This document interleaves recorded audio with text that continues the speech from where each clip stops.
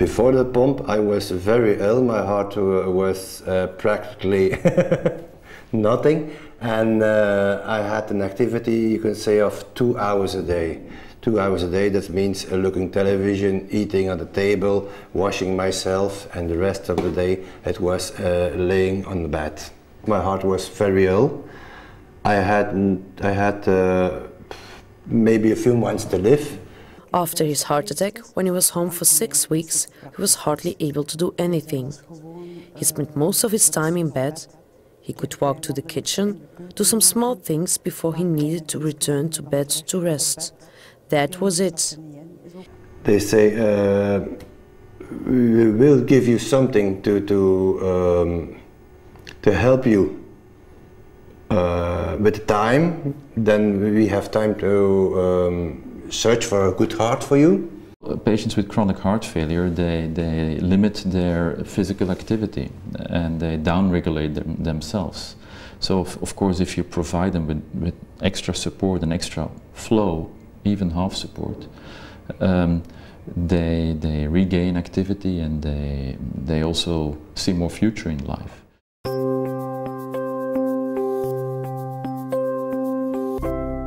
I have a family life now. I'm staying at home, and the morale of me and my family is back up because I'm feeling healthy. He recovered quickly. He was extubated 6 hours later and he was back on the ward in a few days, and he left the hospital on the post-operative day 18. And now he's much better.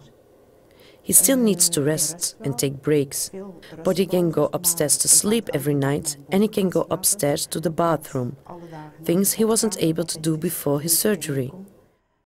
I can be busy for 6 or 8 hours. Busy, that means do the dishes, cleaning a little bit up, eating, looking television, going upstairs, take a shower, doing my exercise I'm with my home trainer also 3 times a day. So I'm feeling fine. Makes an enormous impact in the daily life. Patients with chronic heart failure, they are limited in their exercise capacity.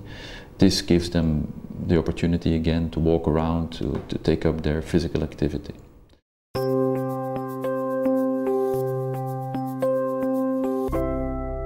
It's a very small rotary blood pump which is positioned in a subcutaneous pocket. The device is an inflow cannula which is placed in the left atrium, and it has an outflow graft that is sutured to the subclavian artery. And then of course there is the electrical drive line that is subcutaneously tunneled and that exits at the level of the abdominal region. And then it's connected to a controller and the wearable batteries. It's a small incision under the right clavicle where you make the subcutaneous pocket for the device as well as where you free up the subclavian artery.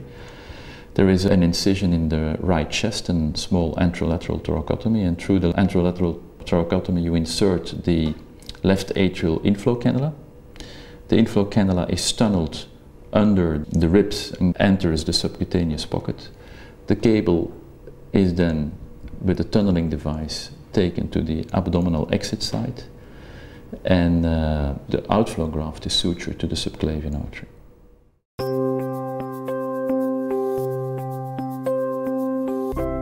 The Circulite device is different. It's unique because it's a partial support device. It pumps from the left atrium to the subclavian artery, and it pumps about half the cardiac output, which is completely different from the other assist devices that we use. And for the system, the operation is less complicated than the other ones.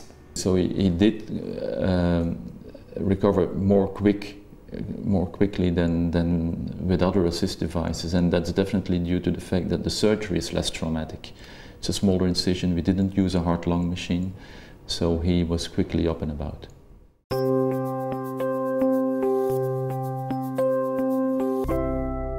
The ultimate goal is to treat patients with chronic heart failure as destination therapy.